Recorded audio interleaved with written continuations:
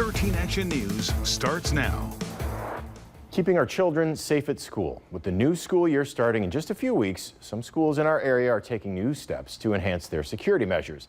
This comes as school shootings in the U.S. remain high. Back to school safety is our big story today. Now, last year, the United States saw nearly 340 school shootings. That's according to the K-12 database that tracks school shootings dating all the way back to 1970.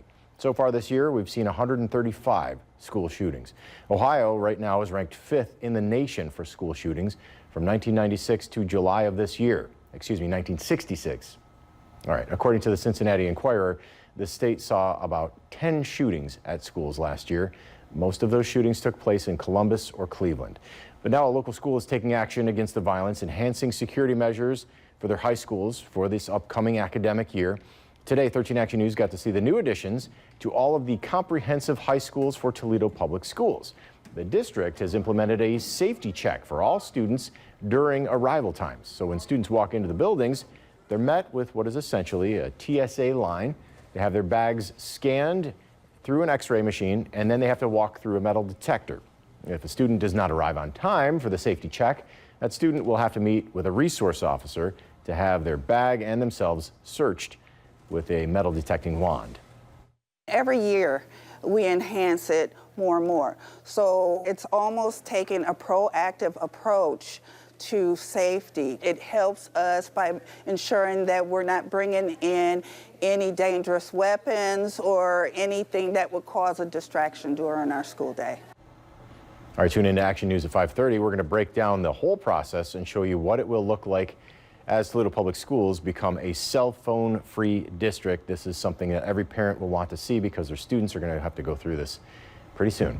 There's also a law in Ohio that strengthens school door standards in an attempt to improve safety and address the threat of school shootings. The bill was signed into law last summer by Governor Mike DeWine.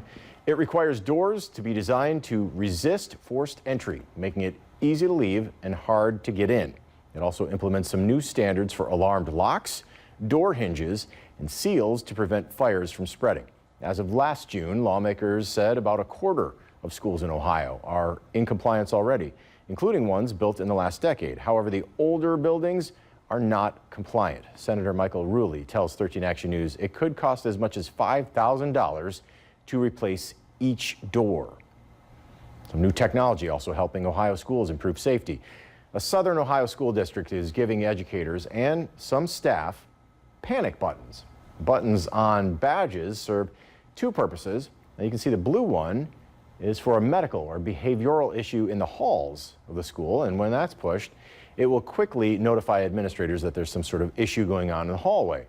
The red button will put a school on lockdown. That alerts teachers, staff, and police and dispatchers that there's a threat. The red button is pushed.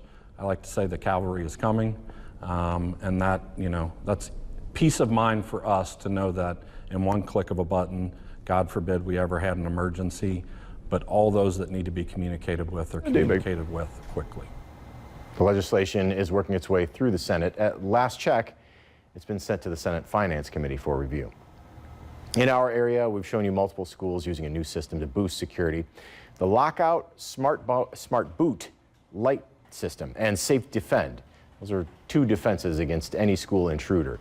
School leaders we spoke with in September of last year say the system provides an extra level of comfort and safety for both staff and students. At Findlay City Schools, their Safe Defend security system allows whoever's in trouble to immediately alert the entire district, as well as first responders, to the threat by scanning their fingerprint. And then the alert system is placed in every classroom and common areas so it can be accessible to anyone at any time. In Michigan, there's a similar defense system in place at Whiteford Agricultural Schools just over the state line. It's called the Lockout Smart Boot Light System. When removed from its holder, it sets off an alarm and alerts the entire district there is a threat. We have to have incredible relationships with our kids and with our families so that that students feel safe and accepted in our schools, and that they feel safe to turn to adults for help when they hear something. Just different methods of, sometimes lockdown is the best method, and sometimes evacuation is the other method.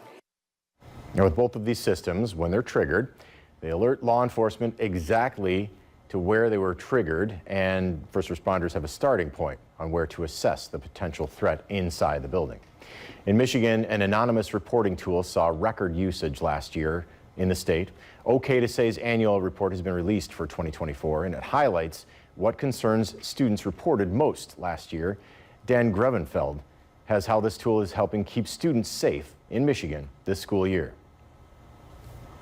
Since 2014, communities and police departments have used the tool OK to Say to be proactive about school safety. It allows Michigan elementary and secondary students to make anonymous tips about suspicious or concerning activity. In 2024, OK to Say reports were up 20%, bringing reports on the platform to an all-time high in the state. The report says the majority of tips were related to bullying, followed by suicide threats and more general mental health concerns. Marquette Police Department Detective Nate Dawson says his department treats all tips the department receives seriously. As police officers, we'd investigate it like we would, anything else, or we'd talk to the individuals involved and then try to determine what other steps might be necessary to help get them through that, or figure out what we need to do to make sure they're safe and everyone else is safe.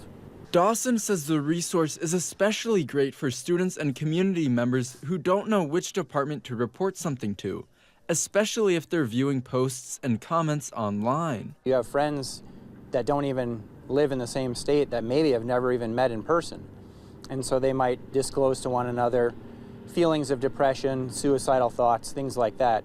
And those are the types of reports that we've then been following up with and making sure those kids are okay. Detective Dawson says it's important for communities to look out for each other. If anyone knows of anything that would be concerning, a safety concern, a concern for violence, or just the well-being of a student, we really, really encourage anyone to contact your school administrators, contact law enforcement. Don't hesitate and don't question whether you should do it or not. You're not necessarily getting that person in trouble, but we just want to make sure that everyone's going to be safe and have a healthy school year. All reports made through OK to Say are confidential. It was Dan Grevenfeld reporting. Ohio also provides a school tip line to students to keep schools here safe. The tip line is free and available to schools statewide. Students can use the app or submit a concern online. Things to report include bullying, verbal or written threats, hazing, weapons on or near school grounds, and suspicious behavior. In 2024, the tip line received more than 1,300 tips, and every tip can remain anonymous. Another person